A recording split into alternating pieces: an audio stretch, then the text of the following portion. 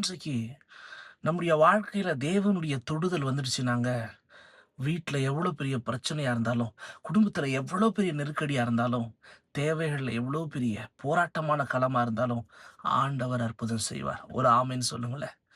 ஏன்னா, மத்தேயு 8ஆம் அதிகாரம் 14வது வசனம், 15வது வசனத்தில பேதுருடைய மாமியாரை ஆண்டவர் தொட்ட உடனே, அந்த நேரமே அவங்க சுகமடைவாங்க. அவங்க ஜுரம் நீங்கி போகும். அன்றைக்கு இதெல்லாம் மரணத்துக்கு ஏதுவான ஒரு வியாதியா இருந்தது.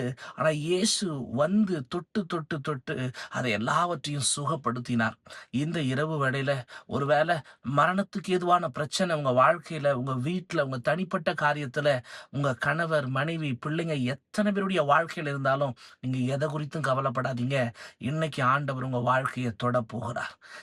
சரியான அந்த பிரச்சனை, அந்த போராட்டம், அந்த வலி, எந்த வேதனை தொடர்ந்து இருக்கு, எதுல சுகத்தை பார்க்க முடியாம இருக்கிறீங்க, அந்த விஷயத்துல தேவனுடைய கரம் வந்து தேவன் உங்களை தொட்டு இந்த இரவே உங்களை சுகப்படுத்த போகிறார். ஒரு ஆமென் சொல்லுங்களேன். இதை மையப்படுத்தி ஒரு 10 ஜெப குறிப்புகளை ஏற்படுத்தியிருக்கோங்க.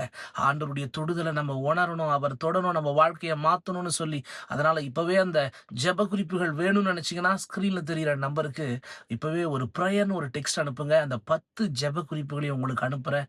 விசுவாசத்தோடு ஜெபிச்சுட்டு படுங்க. தேவன் உங்க வாழ்க்கையில பெரிய காரியங்களை செய்வார். ஆமென்.